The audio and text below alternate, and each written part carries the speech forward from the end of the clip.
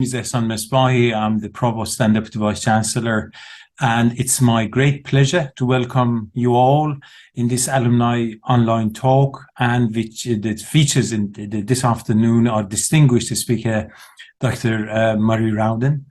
Murray is an accomplished leader in the construction and infrastructure industry, and he's currently the global head of infrastructure at Turner Townsend, a company that he has been working there for more than 30 years.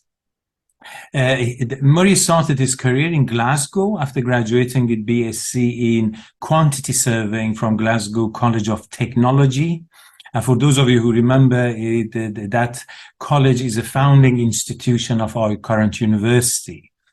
Murray then worked in various locations and around the world, and delivering complex projects and inspiring others as a leader with his vision and with his ambition, and most importantly, I would say, with his humility.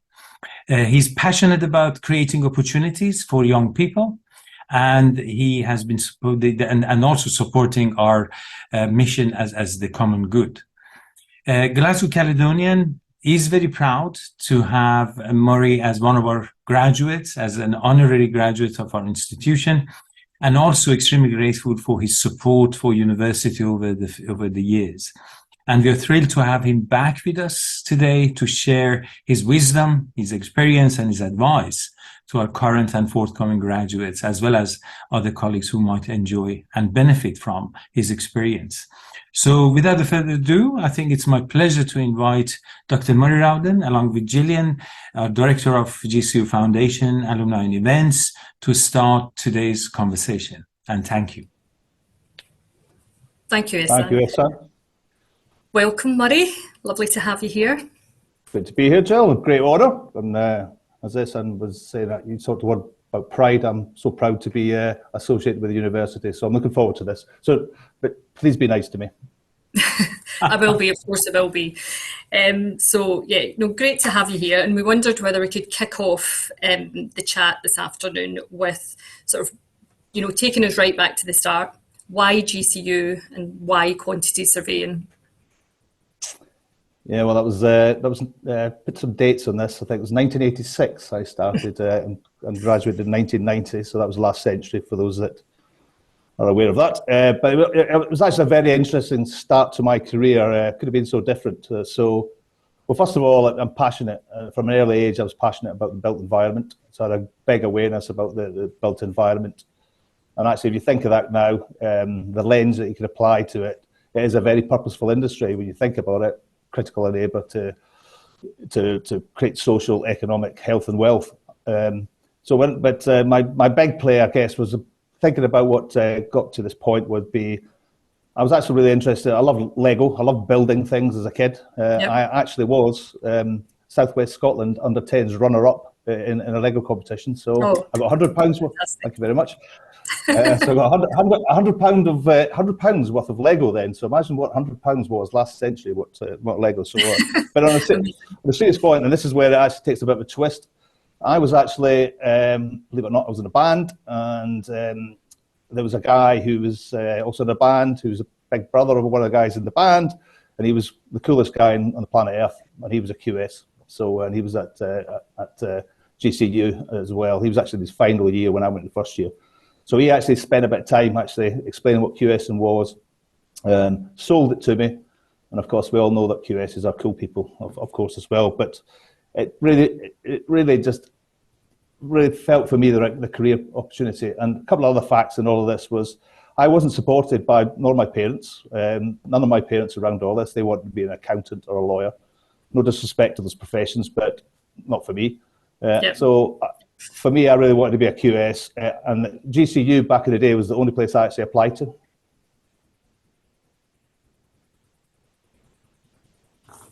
Oh, you've just slightly cut out there. So I singled out GCU. So I still said I wanted to be in Glasgow, I wanted to be GCU, and I wanted to be a QS. So perhaps my first bit of advice would be resilient and follow your dream, not someone else's dream. Yeah, and good to know. I think it is good if you've got a vision and you know yourself that that's, you know, what you want to do, because you get a lot of people that don't, you know, when you're younger. Yeah. Understand. Yeah. So great that you Absolutely. had that vision and drive at the start. So tell us a bit about how the role at Turner Townsend came about. Well, I graduated. I spent the summer at my parents'. Beautiful summer. I ate all the food, drank all the wine. And my father actually came through and said, "Time to go, son. I've packed your bags. So time to get a job." So what I did do then was I contacted actually one of the GCU lecturers who introduced me to Turner Townsend. So I was then interviewed by Ian Murdoch, who was a senior partner at Turner Townsend Glasgow back in that time, and he offered me the role. And actually, what was interesting is there wasn't a fire alarm when I went for my interview, and we actually said, "Tell you what, let's go for a coffee." And I was lucky around that, because actually what he was looking for was, he wanted to know, he didn't want to, you know, technically, he took, I was a basic, it was basic, but as read. Obviously, I'd been recommended as a solid individual, as it were, by the GCU lecturer. But what he was looking for, and I talked to him after, many years after, he said, "Well, I saw somebody who was inquisitive. I saw somebody who was passionate. I saw somebody who cared. I saw somebody who was committed to the industry." So you think from a professional services ethos of problem solving, being emotionally intelligent, and being someone you could develop and trust. I think in hindsight, and echoed by the conversation I had with Ian, that's what they're looking for. It wasn't about my technical prowess. It wasn't me being the smartest person in the room sort of stuff. It was about, do you care? Are you passionate? Do you want to go on? Those kind of critical elements or characteristics of an individual. Definitely. And I think that's something we hear from a lot of employers and companies that we're working with through the school, about those sort of the softer skills and the more sort of, you know, the kind of passion and the drive, and that coming across just as much as having, you know, the qualification there as well. Yeah, absolutely. Yeah. So I think it would be great if you could share with students and graduates and staff who are watching, you know, just take us through some of the key projects and milestones that have, you know, shaped your career, and maybe just, you know, take us through and explain sort of why you would see those as kind of key milestones, if you like. Yeah, but I think, Jill, I made the point that in the role in the company, what my company does, amongst many other companies, of course, is that we're all about projects. We're all about, you know, so that's where I always start from. I spent probably 50% of my career actually on a construction site, and generally I've spent my career on mega or major projects. So everything I've kind of learnt is kind of STEM, not everything, but a significant portion of what I've learnt is about, you know, being basically drawn out of experiences on those major programs and projects, goods and bads, mistakes, you know, all of the above, you know, let's call them lessons learnt. My first project was actually a mega project on Faslane, on the naval base in the Clyde. So I worked 6 days a week there. It was very intensive, steep learning curve. I suppose there what I learnt was the basics, the brilliant basics, as I call them, about accuracy, understand the detail, read information, check your work. And sometimes when I didn't check my work, I checked what I do, I didn't think how I was going to present it. You know, it didn't go so well. So I think there is that foundation of what I call the brilliant basics. And I just make the point that they're absolutely critical, because that builds trust and confidence in you as an individual. And as we know, trust and confidence is you know, difficult, is easily lost and very difficult to regain. Yeah. So there's a whole swathe of projects I've worked through in my career. As I said, you know, our business is all about projects. I spent a lot of time on project sites. And actually, I moved around a bit. I was pretty flexible in terms of where we were. You know, construction is quite a nomadic industry when you're on projects. But I was blessed with, you know, obviously living in different places, meeting different people, different teams, and such like. But I was always blessed with working on those a number of iconic projects at the time.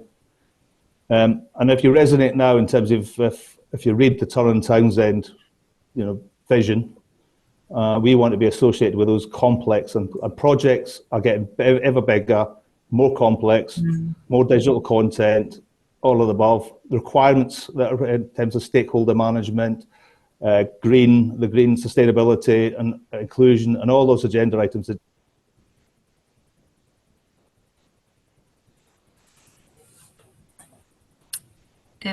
Murray, I think we might have just lost you for a wee second, hoping that you'll just, there we go, reconnecting.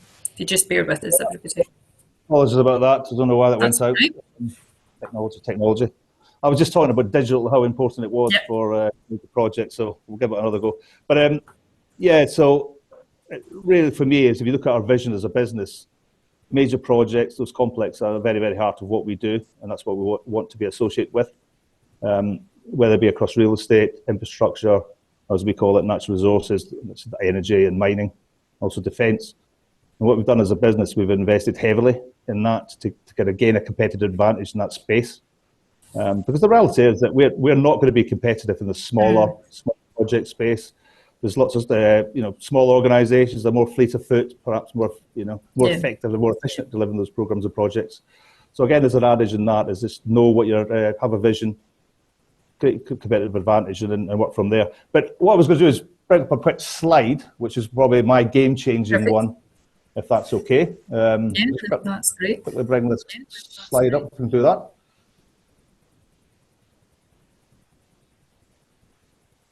So this will come up. Yep. Go.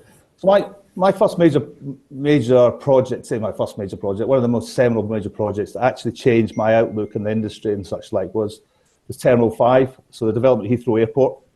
And the background to that was, preceding all of that, lots and lots of major projects in the UK were failing. They were going over budget, they were late, all the classics. And what Heathrow realised was that they needed to look at this differently.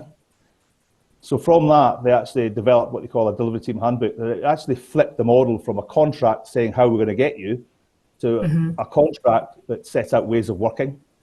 And as part and parcel of that, it brought in collaboration, it brought in early supplier involvement, all those attributes we might take as granted today in the industry, but actually that wasn't done before. And it did practical things. It knew how to compete. It didn't want to just compete in price and salaries. It knew how to compete with the London market. So it revolutionised welfare facilities. We had a hairdresser, we had banking facilities, we had a grocery store, we had all that sort of stuff on site.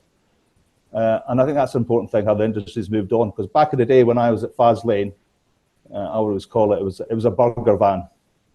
And that was an offer. And so we've changed, the industry has changed quite significantly. So I guess that was probably my most seminal project. So please do, I would say to folks that are listening, is do have a look at the Terminal 5 agreement, do a bit of research on that. And actually where that's got to is, for example, all the regulated industries in the UK are now basically using, in essence, a delivery model that was born out of Terminal 5. So hopefully that gives a bit of flavour of those type of projects. So industry changing, what did I learn there? I learned the power of collaboration, of integration. I learned about risk and how you look top down on risk. And where Heathrow were coming from was we own all of the risk all of the time. And I think that's one of the areas. What we try and do in the construction industry rather badly is transfer risk onto supply chain that just are not able to. Basically, it's like me. If I wrote you, I don't know, $100 million, £100 million pounds check, Jill, you take it off me. Feel free to. Yeah, but the problem is you won't be able to cash it. That's it.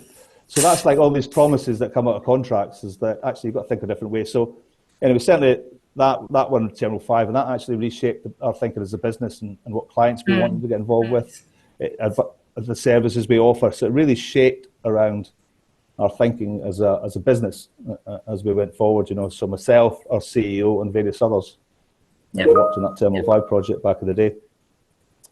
I was going to share just some other projects for those. I'm conscious that there might be some folks that are. It's okay. They don't really might not know who Turner Townsend are. Some might, but perhaps just bring this up. Hopefully that's come up. Yep, that says back. Yep. So I'm not going to go through all this, but when I started at Turner Townsend back in, I say, 1990, we would be around a 20 to 30 million pound business. So this year we're probably going to be about 1.5 billion. And you look at the scale of projects, the number of projects, where we are geographically from globally now. And because one of the things we wanted to do was be able to service global clients on a consistent basis across the world. You see the number of folks that are working for, a number of colleagues in the business now. But just in terms of what we've been doing is, these are current projects, just to give a bit of showcase. So you've probably heard of the NEOM, the line I should say, NEOM in KSA, biggest project in the world by far. So we're working with others on that project, which is just absolutely huge, and that's all is part of our progressive agenda in KSA. Is basically they know oil is going to run out, so they've got to look at a way of sustaining that country going forward. So there's a very progressive move in KSA, all the way through to there's a big scheme in just New Jersey, just across the river from New York, which is a big neck-fix development that's going on there. This is about TenneT, so there's probably an interest there around how do you get clean energy. So clean energy, TenneT is one, as Dutch company, that's one of the ones that's actually driving the whole clean energy agenda, and the big part of that is obviously generation itself, but that's through to how it connects into the grid. That's a big space. But linked to that is the Celtic connector, which goes from the UK to Ireland in terms of diversification of all that big, massive undersea cable. One of the biggest rail line developments in the world at the moment, which is Inland Rail, which is actually, it's a freight line, huge freight line. So that's a big development in Australia. Through to Changi, which is a Changi East development, which is probably going to be the highest and greenest. The whole agenda for airports is to get a lot greener, obviously. But it's probably a really iconic project. And last but not least, I think we've got Battersea, which is in London here, which is the redevelopment of Battersea Power Station, which took years and years to get going.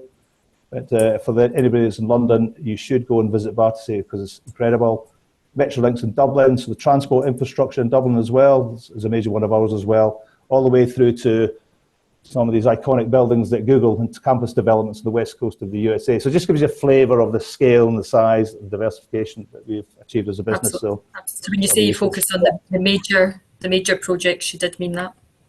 Did mean that. That's what we do. Yep. Yep. Any standout ones there for you, Murray, in terms of like that really, I don't know, like just more favourites? I think maybe the ones we're proud of is the ones that really fall into that purposeful, and there's always an angle on those in terms of the purposeful agenda. And I talked about KSA and how some people have said to us, why are you working at KSA? Well, actually, KSA is working through change, and so to be part of that change is a good agenda. All the way through to taking freight off, currently how freight goes around, we're being, in trucks. So getting the freight off onto a far more sustainable. So each of these has got an angle in terms of the sustainability agenda and the inclusion agenda, and open up the social, and then up. Well, so I can't say. I think my most favourite one is the SEC in Glasgow. That's probably my big one. I loved, like seeing the bands there and all that. Edinburgh Tram, which had a bit of a history, so come closer to home in Scotland. Edinburgh Tram has had a bit of history, but we were brought in to basically help it recover, and now I'm proud to say that we're now looking at phase 3, and it was difficult getting there.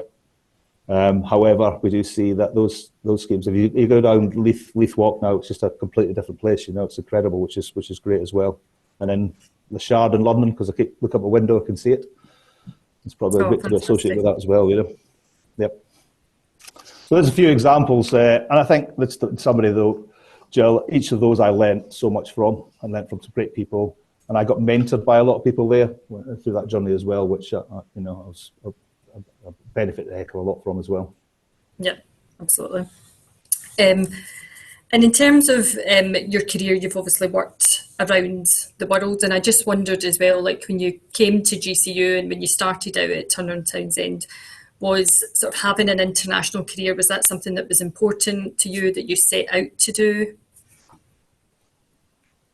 I sort of out to know if you ever said when I was at GCU, sitting in there, sitting there in the library or on Buchanan Arms Hotel bar or whatever it was, back in the day. I never thought, when I was sitting at Faz Lane, I never thought that I'd live and work in, lived and worked in London, Amsterdam, New York, San Francisco. I've worked across Europe, across the Americas, across the Middle East, Asia and Australia. So I never thought I'd be doing that because the company didn't have that footprint anyway at that given point in time. Okay. But it just shows you where things can go. You don't necessarily don't plan to the degree of where you want to end up, because there's a bit of let the journey take you there and shape the journey. Yeah, absolutely. And what would you say you've sort of learnt from that? What's been the benefits from having that experience and working in different countries? It's just basically the big one for me is culture. Do not think that everything is, the culture that you're used to. They're all very different, and where that goes into is it goes all the way through different ways of doing business. Now, I'm talking ethical business, of course, as well. So what I'm saying on the basis of that, it's different. So I certainly saw that cultural piece is not to be presumptuous around. You can superimpose and take what you know, and just kind of bang it into play there. So I do think that adapting to the culture. So what does that mean? It probably means don't go in with preconceived ideas. Don't be a bull in a china shop, as it were. And don't work on the basis that what you've learned is that from a cultural perspective actually applies, because it doesn't. So what you do, you make sure, first of all, you try to do a bit of research on the do's and don'ts. In the States, you don't talk, like most places, you probably don't talk politics because it's quite vexed. But you've got to realise that you can't, whatever your political views are, you've got a bunch of folks that are working for your organisation that I can guarantee you don't necessarily share them. So that's a good thing about diversity, I guess. We say. So I think just being subtle around that, emotional intelligence, do your research, take advice from the locals. They've lived there, they know it. But I don't change all those important principles that you might have. That doesn't mean you've got to change them. It means you've just got to adapt them. So it's certain to say that. So I think I thoroughly enjoyed it. I wouldn't change a thing. And my experience in the US was great. It was effectively a startup. And what I did was, this lastly in my career, I guess, is I learned more around like mergers and acquisitions. We did a few before, but bigger ones. We did one which was 350 strong organisation in the US when I was there. I learned that. I saw leading edge technology. I saw best practice from all over the world, and I made new friends for life. And I saw lots of enjoy the time you're there as well, because different scenery, phenomenal scenery, and such like. So I just thoroughly recommend it. If you get the opportunity, go for it.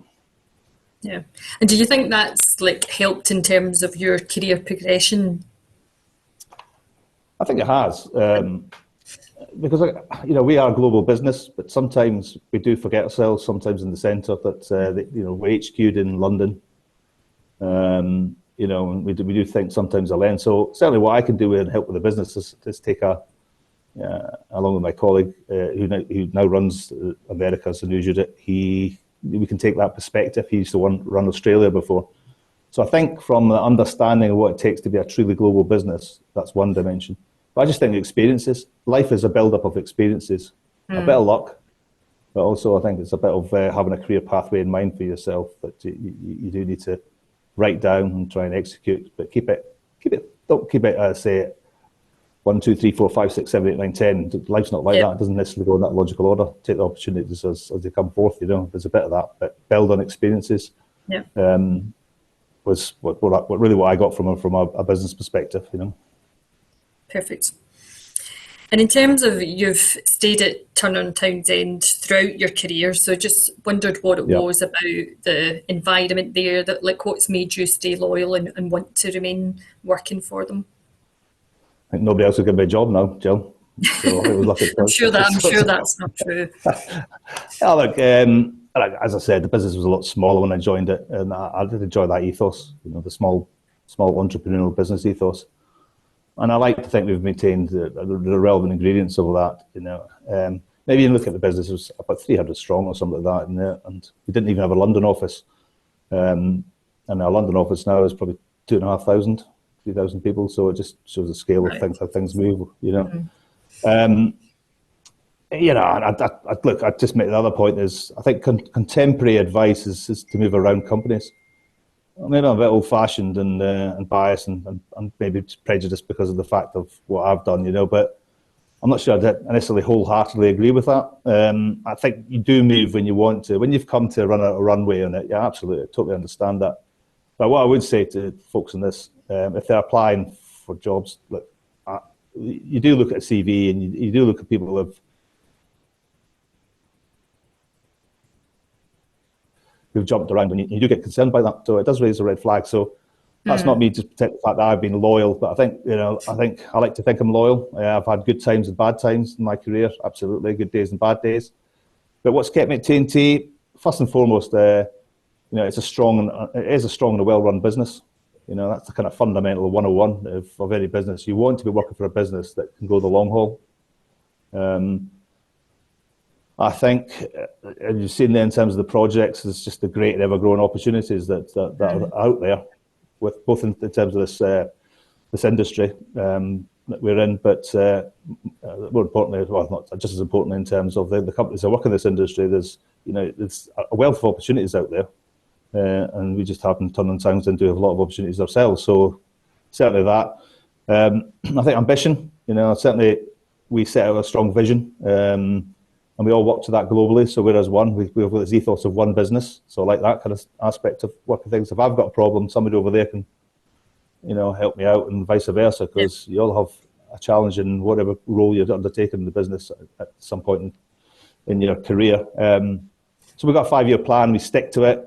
I'm quite surprised how many businesses don't really have a 5-year plan, and we stick to it. We work to the plan, and that's what we do. We're very challenging as an organisation, but we never sit still. So we're always looking to the future.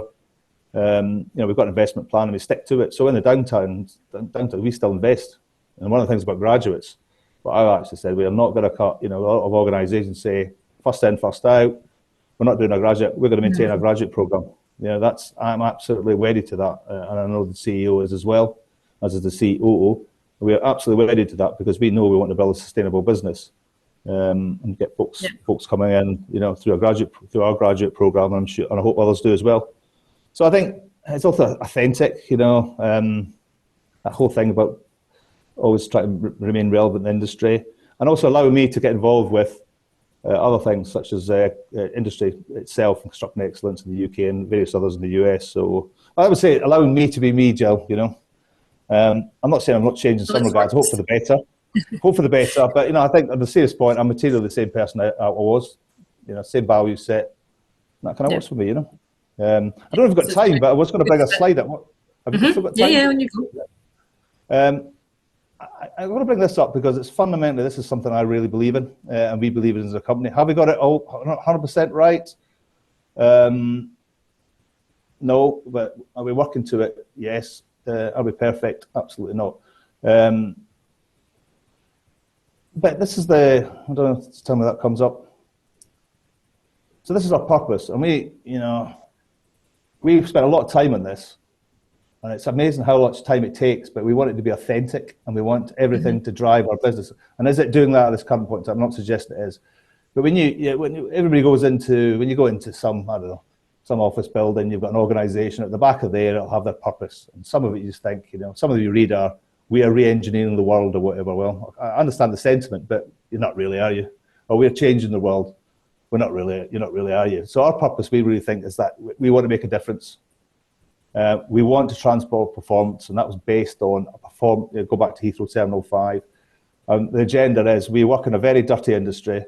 It's not the greatest industry for inclusion, and it's a laggard when it comes to productivity.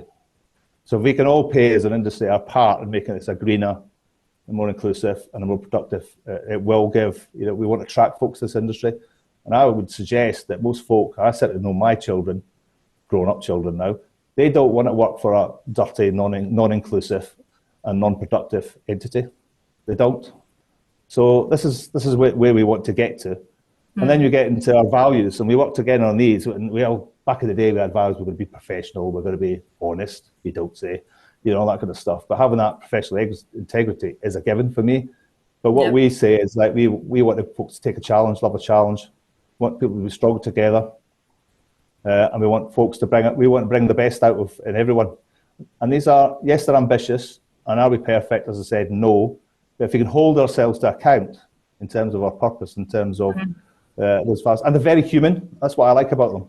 They're just very human. I was going to say that actually. I love that about them. They're really human, as you say, but they're quite. I've not seen those types of values, as you say. It tends to be the kind of, we'll be honest, have integrity, the kind of singular words, but the more the explanation of what your values are great. Yeah. Yeah. Yeah, no, that's, again, we strive to be and to deliver those day by day, you know, and that's what we're trying to do here, you know. Brilliant.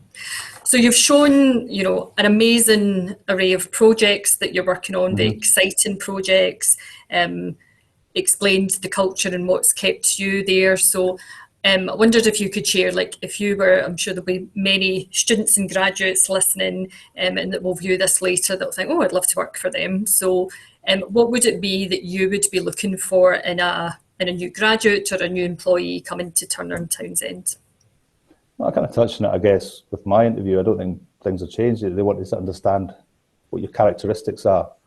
And my starting point was, do you care? And trying to get a sense of, are you passionate and do you care? That doesn't mean to say you have to be an extrovert. You can be an introvert.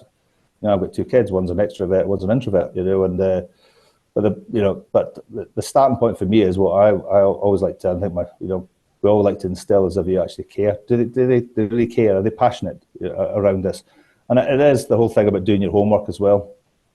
And be ready to answer. You know, to ask some questions. It is interviews now. It's not an interrogation. It's a two-way. But don't be the interrogator, of course. You know. Why would you want to? Why should I work for you? You know, that's not a good starting point. You know? So you sell me your organisation. I've had a few people do that. Did you tell me why I should work for your organisation? Like, well, I thought you applied to join our organisation. So, you know, so I don't think don't try and be the smartest in the room. Don't ask questions such as that because it doesn't come across. Don't blow things up to, you know, if you don't know the answer, you know, you don't know the answer. You know, we don't have the answers to everything. No human being does. You know, so I think it's and I go back to be yourself, but have you done an organisation? You know, and that's what to do. And I've seen some really great moves by people to try and understand us, the depth of our organisation. You know, going, oh, wow, how do you know that? Which is great, and it does impress you. Come along with those questions, which for me would be around. Can you talk about career pathways that are open? Can you talk about, you know, perhaps the international opportunities that might avail? Can you talk about your vision? Can you talk about your purpose? Can you talk about, you know, the culture of your organisation? What makes you unique? What, you know, those sort of areas and you'll get people go, oh, well, okay, they've done the homework. They're hitting the kind of key points that we want to do, because what we do is we try and train people in the technical aspect of things.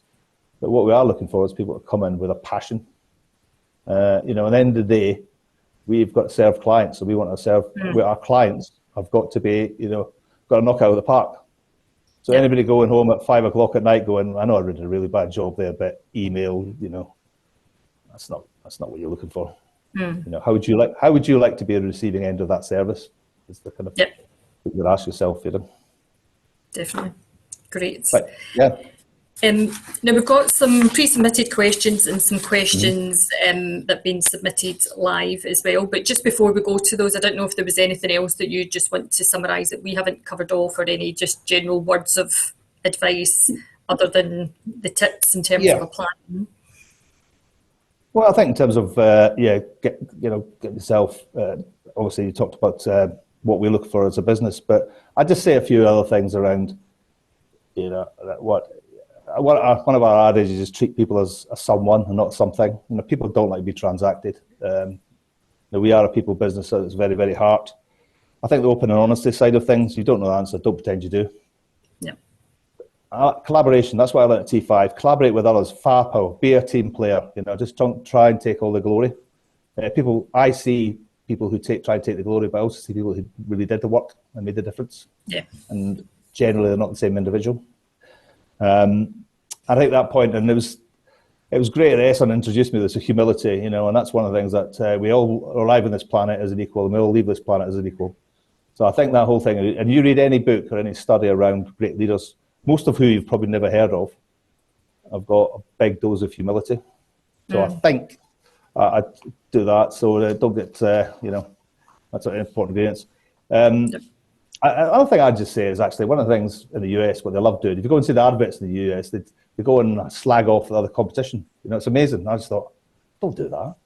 You know, that's a particular dislike of mine. Don't go and, you know, cheer on your own team and don't go sing about the competition. Sing about your team. So, you know, that's a big one for me as well. And I'd say, look, I'm going to leave you my mantra now because I'm going to shut up and let some questions a bit. I'll just bring this last one up if I may, which I always kind of like, any mantras, any books you read, you know, this is what I think this cuts through all, to be honest, is hopefully that'll come up. For me, I look at personal growth strategy, and this this is what we do as a business. We think of it grow, you know, in terms of growth of a business, but ultimately it's about you as an individual growing your reputation. I think it's ultimately you as an individual growing your influence if you want to get on, but it's ultimately about you growing yourself, gain those experiences. You know, I've been blessed, as I said, with so many experiences, so different in different cultures, and I just consume it like reading a book. It's one of those books I can't put down, you know, and that's what hopefully folks get. So just think about how you grow your reputation, how you grow your influence, and then and all of that, how you grow yourself. So I'll shut up now, Jill, and no, all good stuff. Thank you. Yep. So we'll go over to the questions. I'm going to kick off with Rory, who's a graduate, who had asked how hybrid working has impacted on project management in terms of the relationship management side of things, but also in terms of how you manage efficiencies in a project. I think, like all organisations, we kind of fumbled our way through that one when it came into play, but it's here to stay, and I'm delighted to see it to stay. And I think what it has allowed people to do. I'm not sure about the productivity thing yet. I think the jury's still out, if I'm perfectly honest. But look, the reality is we've got to adapt to it. And what it is actually showing is what we can do is, you know, I talked about, I was like 6 days at Faslane because you had to be there, you know. But what's allowed to do is actually, for us as a business, it's allowed us to do more working like remote, so we can offshore a lot easier, because what we find is clients are more willing to accept that now. So we are seeing that change. I do believe it's here for good in terms of hybrid working. I think productivity will do an uptick. I think the incessant team calls, I'm not criticising Zoomer Teams, of course, because this is one of those. We've got a purpose, but I think there's a bit of that. You know, so I do think getting a bit in the office is important, because, you know, one of the big things I say is, you know, you learn on the job, and you learn being in proximity to people. And I do, you know, so one of my sons really struggling during COVID and lockdown. You need that interaction. You need that for your mental health as much as anything else. So, great question, Rory. I think it has impacted it. I don't think it's detrimental. I think it will drive us more to be more efficient and more effective. I think we'll still try to find a way, but we do need that ingredient of getting together. It's very, very important, I think, particularly as you're learning. Okay. Craig and Atheria has also asked, and both graduates have asked, around your sort of personal, professional development and how you continue to improve and keep your skills up to date. I think I do read. I consume a lot of books. So what I do is I read lots of easy books. Shall we say, you know, easy to read books, but I'm not a big one actually for consuming management books.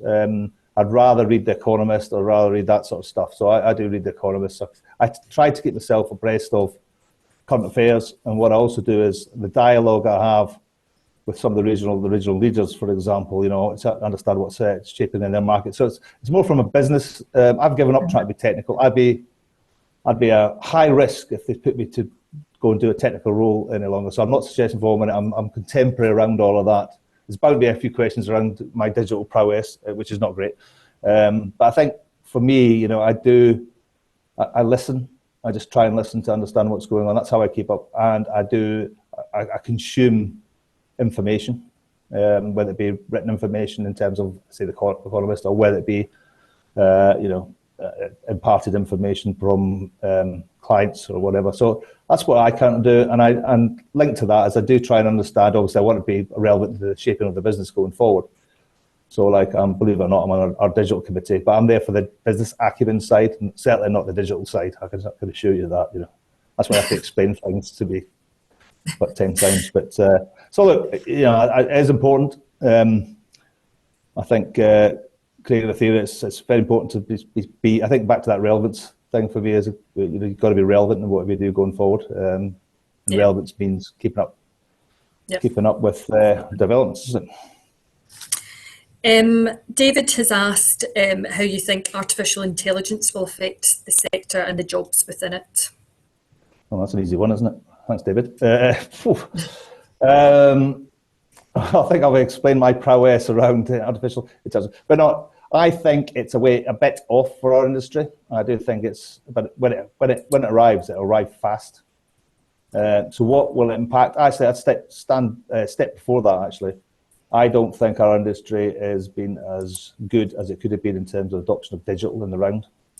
Okay. And actually, you look at the cost to deploy digital in our industry is pretty low, but the take-up's pretty low as well. Whereas you go to medical world, cost is high, the take-up's high. Why is that? I think there's an area of investment around that. So I think I'm looking at a world where it's designed for manufacture, robotics. Why not? You know, at the end of the day, if you look at some of the projects, actually, an interesting one is a project we're working on. CEO is a guy called Matt Palmer. So it's a low Thames crossing, and it's just, if you do a bit of research, it's a highway, so it's not very green by its definition, but they're really driving an agenda of how they green. So that's your concrete, steel, but they're adopting design for manufacture. So why can't that be more adopted? And I don't think that necessarily leads to bland buildings. Why, as an industry, are we still putting a brick on top of a brick? You've got to ask that question, haven't you? There's got to be a better way. So I do think, not ducking the question, but I think artificial intelligence will radicalise the delivery process, top to bottom, soup to nuts.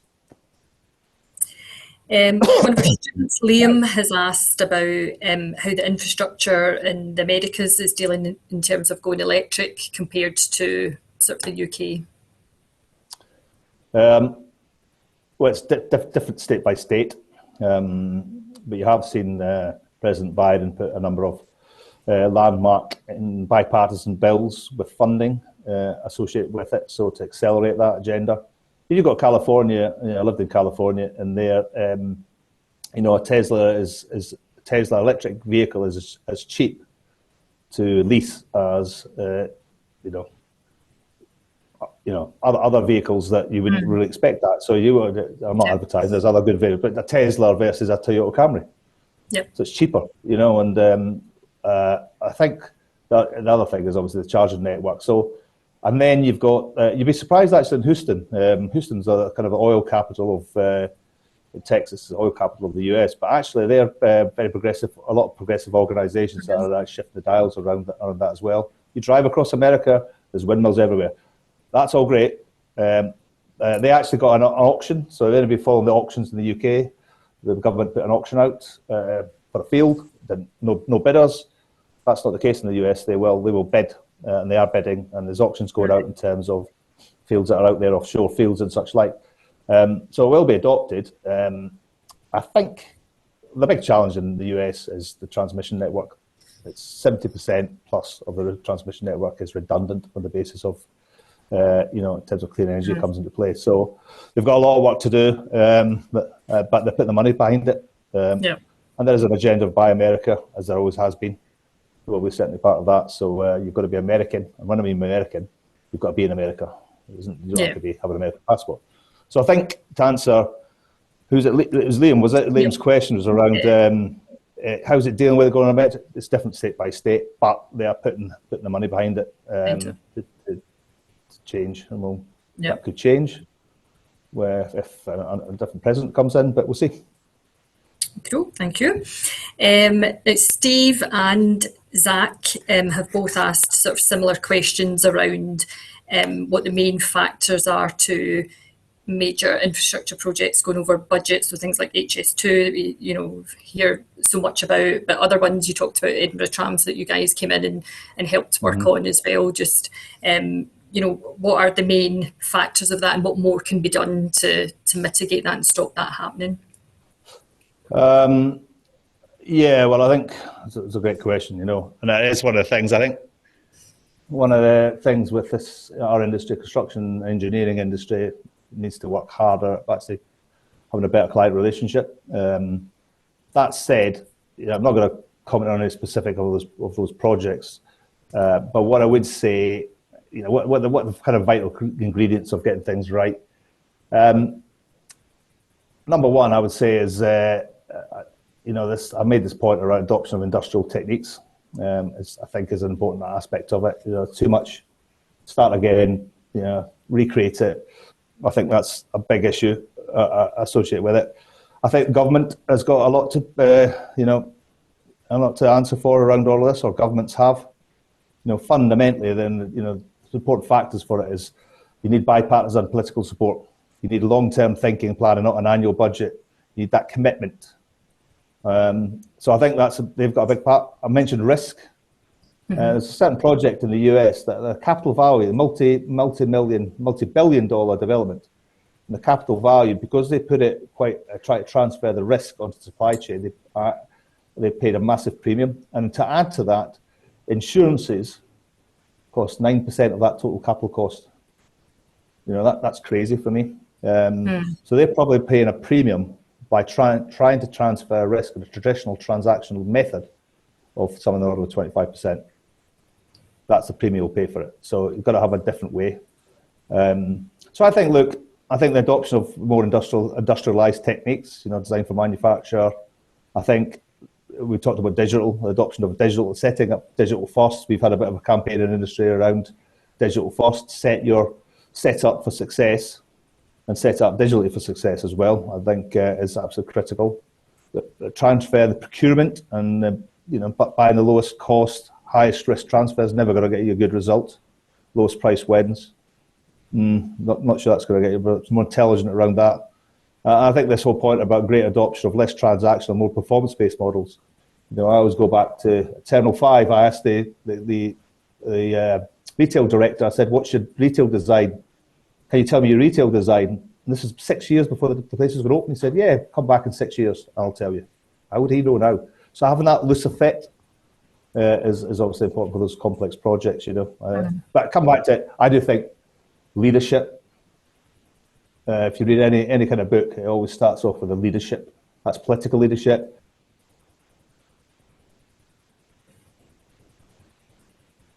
And that's the project leadership. And they're massive projects you might talk about. Absolutely not. But projects that are successful have great, fantastic leaders on top of them. Yep.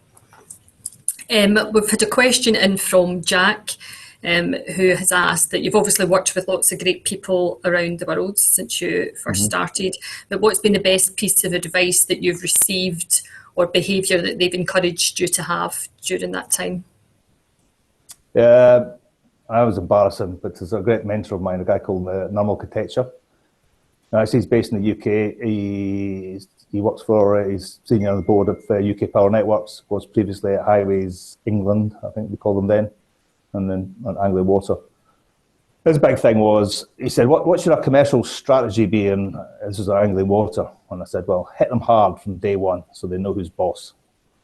He said, that'll go down well, won't it, Murray? What about build their trust? So his best bit of advice he gave to me is, how can you make a secure and safe environment for people to bring the best out of people? That could be contractors, supply chain, that could be human beings, it's on an individual basis. But how do you make it a secure and safe place for those organisations to do their very best and thrive? And how do you collectivise that? And you start with trust. Yep. That'd be my best bit of advice. Yep. Good advice. I think we've got time for just another couple. So just having a quick look at some of the ones that have been asked. What would you say are the key skills that a quantity surveyor can offer internationally? Well, I'll give a little story. When I came to New York, there was a big contractor there, nameless big contractor. I was introduced to the main contractor. He said, "You're going to do well." I says, "Why? Why is that?" He says, "You're Scottish and you're QS." So I don't know quite what that meant, but the serious point is, actually, in the QS profession, there's. I know it's a real challenge. When I was in the US and obviously operated across Americas, whether it be in South America, our offices there, or whether it be in Canada, or whether it be in the US, and I know elsewhere in the world, it's a sought after profession. It's a massively sought after profession. Interesting enough, when you go to, and this is not me, this is fact. It's not me casting an opinion, because I've got lots of project managers that work with in Turner Townsend and find people out there. But actually, it's very difficult to move from, say, the UK to the US project management because they're not seen as a kind of a special classification. Whereas that's interesting enough, QSs are. QSs are actually a specialist classification to move into, so you get a visa a lot easier. Right. And that brigade, because they have the test. Can you get that capability from local? And of course, every profess to be a project manager. No respect to project managers, as I say, but they get a lot of that going on. So the high threshold. So anyway, in point, well sought after. I think the whole commercial acumen side of things, the commercial DNA. If you can extend and expand that into carbon and such like, it's a huge opportunity for folks in there. So I think it's very exportable. The market's beginning to get them. We are now getting. When I went to the US 8 years ago, you didn't get a lot or a tender inquiry for QS services. You do now, So it's actually is becoming more an international phenomenon. Obviously, in countries such as Canada and Australia and various other countries, it's becoming more well established as well. But the world is moving, and QSs are really, really sought after across the world. Fantastic. So good opportunities then for the students and graduates listening. Absolutely. And then we'll wrap up then with David, a graduate who'd asked if you were to give your 18-year-old self a piece of career advice, what would it be? Oh, what would it be? Well, I mentioned I was in the band. Unfortunately, when I was in the band, I suffered a very chronic issue, which is complete lack of musical ability. So that pushed me on to other fronts. Well, it's a good question, David. My better advice would be probably a lot of what I've talked about is just be open, look for opportunities, take the opportunities. Everybody says you've got to have a bit of luck. Of course, you've got to have a bit of luck, but fundamentally, I think it's just like do that. And the second thing is be absolutely incessant, for gaining of knowledge, be that inquisitive, but really go for that. So I think take the opportunities as they come by, and I would just say, but just always be inquisitive around, and be challenging on yourself. That's a big thing to ask an 18-year-old to be, I guess. But that's what I'd offer advice. Perfect. I don't know what David was expecting there, but I see. No, I'm sure you'll agree. That's a great way to wrap it up. Murray, just want to say a huge thank you for this afternoon. I've obviously had the pleasure of getting to know you over the years in my role, probably known each other for about 10 years or so. So obviously I've clearly known how successful and talented you are, and it's been brilliant to be able to share, some of your expertise and wisdom with the students and graduates today, and we'll use this recording so that even more can hear it. As well. I think also learned lots more about you in terms of, Lego champion in a band. I was going to say talented in a band, but then you took that away at the end there. But I think as well, just to summarise, one of your bits of advice was about singing about your own team. We're very proud that you're a graduate and on grad of our university, and that we can sing about our own team and that you're part of that. So we're very, very proud to have you here, and hopefully we'll see you back at the university very soon. I'll come and visit. Yeah, absolutely. Now I'm back in the UK. That's it. I look forward to it, and thank you, Jill, and thank you, Ihsan. It's been absolute joy, and hopefully, if there's nothing else, there's hopefully a little golden nugget in there. As I say, I think that work as a team and be yourself, because you can't fake being somebody else. So go for it. Yeah. Thank you so much. Much appreciated. Perfect. Thank you. We'll see you soon, Murray. Thank you. All right. Take care, everybody. Great to speak to you all. Take care.